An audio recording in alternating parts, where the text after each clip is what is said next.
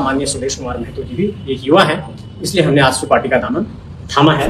तो सवाल ये होगा आप लोगों का कि आपने आजसू पार्टी का दामन क्यों थामा, और झारखंड निर्माण की परिकल्पना को पूर्ण करने में, उसको मूर्त रूप देने में, उसको साकार करने में आजसू पार्टी की एक महत्वपूर्ण भूमिका रही है। और आप सब जानते हैं कि इससे पूर्व में एक दूसरे संगठन में था, झारखंडी भाषा खतियान संघर्ष समिति से मेरा संबंध था, और वह संगठन जब राजनीतिक दल का स्वरूप नहीं प्रदान हुआ था उसको, उसी दौरान मैंने हजारीबाग लोकसभा से चुनाव लड़ा था और लगभग 1,58,000 मत मिले थे। परिस्थितियां कुछ ऐसी बनी कि जिन उम्मीदों के साथ, जिन सपनों के साथ इस पूरे आंदोलन की बुनियाद रखी गई थी, धीरे धीरे वह एक सिंडिकेट में तब्दील हो गया। और मैंने अपने इस्तीफे के दौरान भी इस बात को कहा था कि वो पूरे तरीके से लोकतांत्रिक मर्यादा, लोकतांत्रिक मूल्यों और सिद्धांतों के विपरीत सिर्फ और सिर्फ आक्रोश की बुनियाद पर कार्य करने की कोशिश कर रहे हैं, जिसकी लोकतंत्र में बहुत ज्यादा स्वीकार्यता नहीं है। जय झारखंड, सभी साथियों को जोहार रहेगा। और आज कुछ विशेष बात रखने वाला हूं। अभी कल काफी सोशल मीडिया में चर्चा का विषय बना रहा संजय मेहता जी का। मैं थोड़ा कुछ चैनल जो चलाते हैं अपने पेज में या फेसबुक, यो यूट्यूबर है, मैं उनको जरा बता दूं कि संजय मेहता जी जो है वो जेल कैंप छोड़ के आजसू दामन नहीं थामे हैं। पहले इनका कहानी और इनका जो सच्चाई है मैं बता दूं। पहले जहां तक जानकारी है मुझे, ये पहले जेबी केसेस में थे और जेबी केसेस में इन्होंने चुनाव लड़ा जयराम महतो के नेतृत्व में। और उसके बाद इन्होंने लगभग 1,53,000, 1,51,000 के लमसम इन्होंने वोट लाया। काफी चर्चा का विषय बना रहा, काफी लोगों के दिल में इन्होंने लोकसभा के चुनाव में अपना जगह बना चुके थे संजय मेहता जी। उसके बाद जब विधानसभा का चुनाव नजदीक होता है, जेबी केसेस से जेल कैंप पार्टी बनती है, उनकी रजिस्ट्रेशन होता है। उसके बाद विधानसभा के ठीक चुनाव के नजदीक ये जेबी केसेस से हट जाते हैं, जेबी केसेस परिवार से ये निकल जाते हैं। जेल कैंप में नहीं गए हैं, ये जेल कैंप में प्रवेश नहीं किए हैं। ये जेबी केसेस से इन्होंने चुनाव लड़ा। उसके बाद जब विधानसभा का चुनाव आया तो वो जेबी केसेस से हट गए। उसके बाद संजय मेहता जी फिर से एक अपनी संगठन तैयार करते हैं और सेम इनका नाम, इनका संगठन का नाम जेबी केसेस रहता है। उसके बाद संजय मेहता जी विधानसभा का चुनाव लड़ते हैं। मैं बता दूं, लोकसभा में वही इंसान 1,51,000 के लमसम वोट लाते हैं और वही व्यक्ति जब विधानसभा का चुनाव लड़ते हैं तो केवल 851 वोट लाने का काम करते हैं। 851 वोट लमसम लाए हैं इन्होंने।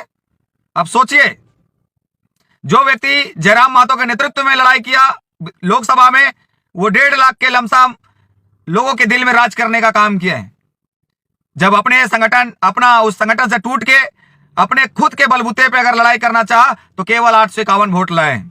संजय दादा को मैं कहेंगे कि ठीक है, आप किसी भी पार्टी में रहिए, मेरे तरफ से आपके शुभकामनाएं रहेगा। मैं यही कामना करूंगा कि आप हमेशा खुश रहें और हमेशा झारखंड राज्य के बारे में सोचें, झारखंड के गरीब मजदूर किसान के बारे में सोचें, ये मैं आपसे कामना करूंगा।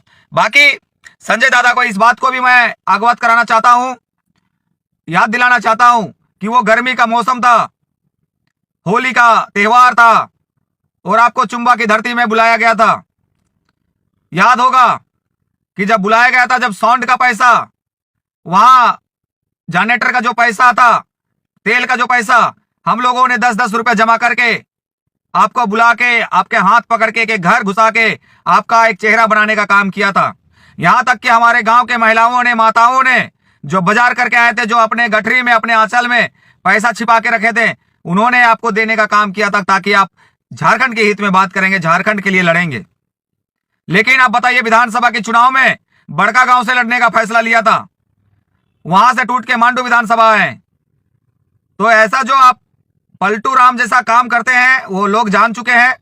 बाकी 851 वोट अगर गांव का एक लड़का को खड़ा कर देंगे ना, अगर 851 वोट से ज्यादा नहीं लाएगा, उस दिन हम लाइव आके वीडियो बनाना छोड़ देंगे। आपसे ज्यादा वोट लाएगा, इस बात को हम गारंटी देते हैं। लेकिन आप इतना बड़ा चेहरा, इतना अच्छा बात करते हैं, इतना अच्छा बोलते हैं, फिर भी 851 वोट। आप सोचिए, लोग समझ चुके हैं, लोग जागरूक हो चुके हैं। आप चाहे जितना ही बोलिए, लोग पकड़ते हैं इन बातों को कि कौन बात में सच्चाई है, कौन बात में झूठाई है। जिसने आपको नाम दिया आप उसका नहीं हो पाए।